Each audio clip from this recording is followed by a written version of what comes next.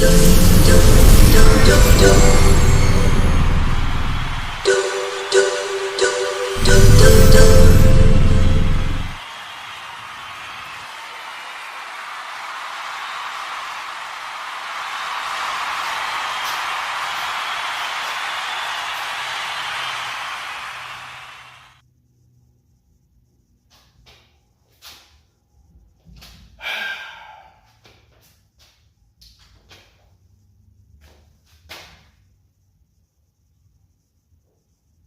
we go, guys. Tuesday. 2 down, 3 to go. All right, guys, it's been a long time, huh? Yeah. It's been a long time for 1980 to get on this camera, man. I've been chilling, man. I've been enjoying time with my family. I've been focused on work, focused on the new baby, my kids, everything. Easter just passed, so we celebrated that the other day. I've just been cooling, man. I've reverted back to gaming. I've been gaming. I bought this arcade stick. It's called a retro arcade stick, and it's got like 4,000 plus games on it. And I've been, man, me and my boys been on that. Ninja Turtles, X-Men, all that stuff, man. All the old school Mortal Kombat, Street Fighters, all the stuff. I just been, been on that, man, and just enjoying life, The weather's gotten better, so I've been going on bike rides and stuff and started back exercising a little bit. But, it's just been, I've still been watching over the Cowboys, though. From time to time, I'll go on YouTube and I'll look at the content creators and what they have to say about the draft, about what the needs and the wants, and the breakdowns and all that stuff, man. And I don't do that anymore. I stopped doing the draft stuff and the prospects and we could use this guy and falling in love with this guy and know damn well we're not going to get him. So I stopped doing it. A couple of years back, I went to the draft when it was here.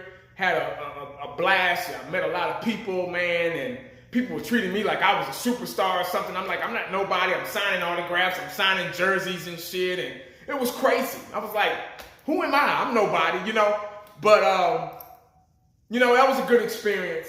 But that time, speaking of the draft, that time is back. It's actually 9 days away. How fast time flies. I mean, it seemed like just yesterday, we were watching the Cowboys play their last game of the season. It seemed like just yesterday, we were letting all these guys go. We were cleaning up Amari Cooper, Randy Gregory, Cedric Wilson, Connor Williams, Al Collins, all these guys, man, they're gone. Just all these guys. And when something happens to you, your brain, your reaction at that moment is different from when you let a little time pass and you go back and think about it. For example, the whole Will Smith thing. I made a video about that. At that moment of time, I reacted to it. I was like, Will Smith, he was protecting his home, he was protecting his wife, and you don't talk about a man's wife because I wouldn't want nobody talking about my wife.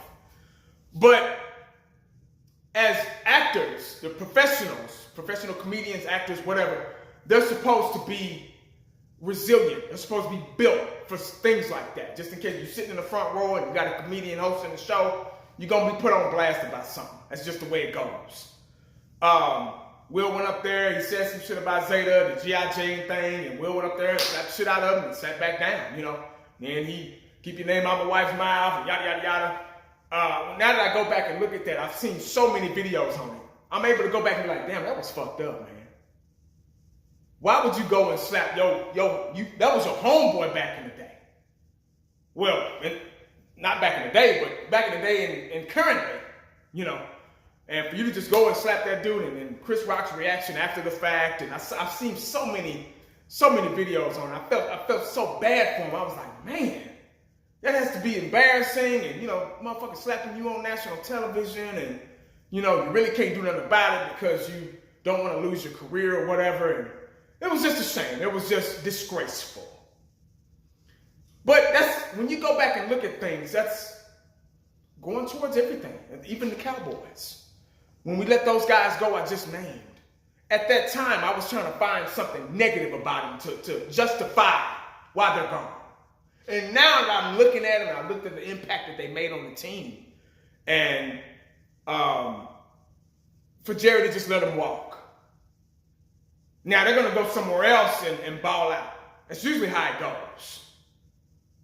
You get what I'm saying? So I get Randy Gregory, bonehead penalties and things like that, but he was an impactful player.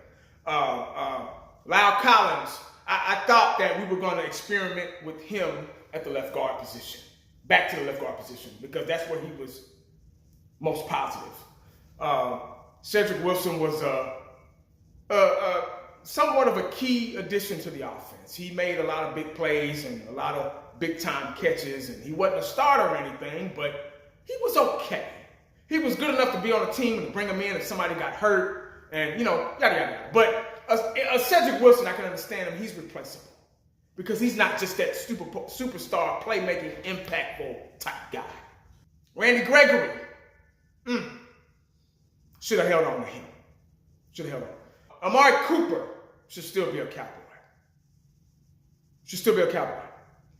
And you look back and you're like, it's not all his fault. You go back and watch film, you watch a breakdown, especially on Dak Prescott. I've been able to do that while I've had the time to sit back and relax. I've been able to really, really do that and break down his fundamentals. And it's amazing that I'm still talking about his fundamentals and him going into his 7th year. He should be in the prime of his career right now. He should be elite. He should be up there. If he's the quarterback that America, that the media is, just because he's a Cowboy quarterback, putting him up there to be, he should be, I don't want to say Aaron Rodgers level because, that's another level. That's superstar level. He should be up there, close. But I'm still, when I was watching, I've been watching film, I've been watching old games, and I'm still like, ooh, Dak, why did you throw that? I'm still grimacing when I watch him play. And I shouldn't have to. I didn't grimace when Troy Aikman played. Nah, I didn't grimace. When Romo played, I didn't grimace as much. I grimace, but not as much as I do with Dak Prescott. I'm not coming down. I like Dak Prescott. I love him to death. I've been having his back since day one. Go back and watch videos. I'm telling you. I'm probably the only Cowboy fan on here that's had his back and supported him, or tried to at least. And I'm still back there. I still think he can, it's a shame that you got to get the right pieces around him for him to be successful, because Tom Brady could go anywhere and make anybody good. Aaron Rodgers can go anywhere and make anybody good. Joe Montana could go, guys, quarterbacks like that. You know what I'm saying? Dak Prescott needs the right pieces to really, really be successful. And that's not an elite quarterback. I'm just going to go ahead and throw that out there. I love him to death. I'm hoping he proves me wrong this season. I would love to be proven wrong. But I just up until now, I just haven't seen it. The thing that's going to help him and the thing that's going to help this team, guys. I'm not going to go here and say, well, we can draft this guy, we can draft that guy. I ain't even been watching nothing like that. I ain't even been looking at prospects or anything, so I'm not going to get on here and lie about what college guy is going to be fit for this team. Position-wise, I'm just going to say offensive line. I'm just going to say offensive line. Offensive line is going to put this team back together. That should be what the draft is based on. Because right now, our offensive line is struggling. Ever since Travis Fredericks went down, we've just been all over the place. Tyron Smith didn't get any younger. He's never going to be 100% again. He's getting older. Connor Williams is gone. Not that he was a big impact, but he was a body. Jack Martin can't do it all by himself. They're going to get him killed out there. And now Lyle Collins is gone. So now we're back to the drawing board with this offensive line. And the only way for your running back to be successful, the only way for your high-paid wide receiver, Michael Gallup, is going to be successful. Now that CeeDee Lamb is being bumped up, the only way he's going to be successful, the only way Dak, Zeke, Dalton Schultz, Jarwin, whoever's at tight end, whomever on offense is going to be successful is going to be based around the offensive line. That's just the bottom line. I say that every year.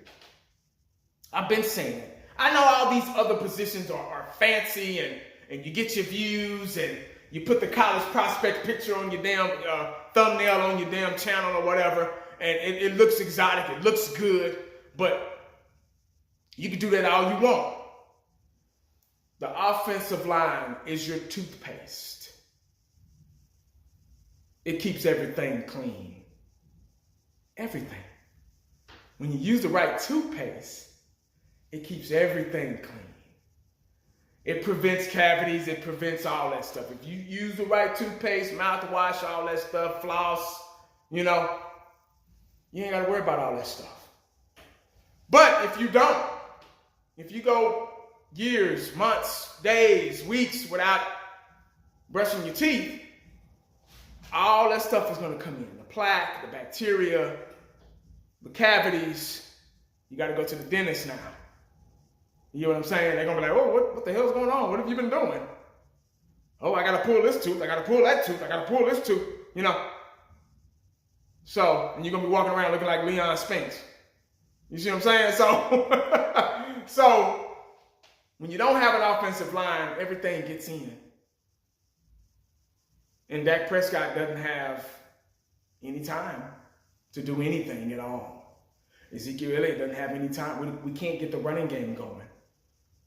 Offensive line should be the key in this draft. Yeah. Matter of fact, that should be the #1 pick.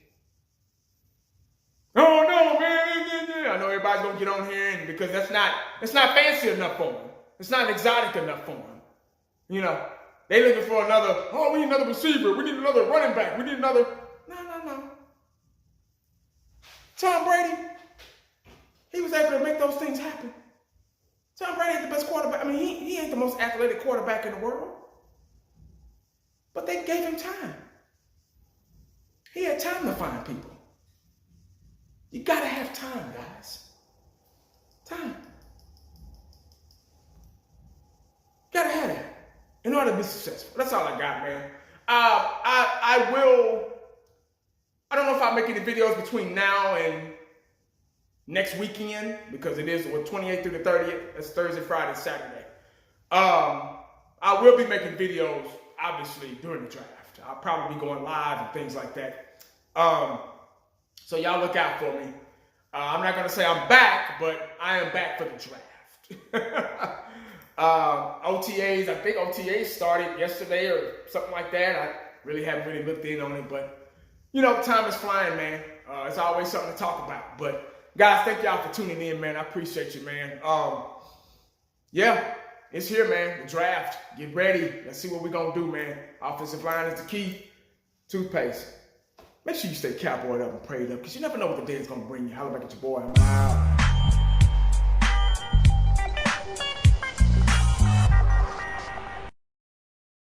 And the only thing else I got to say is,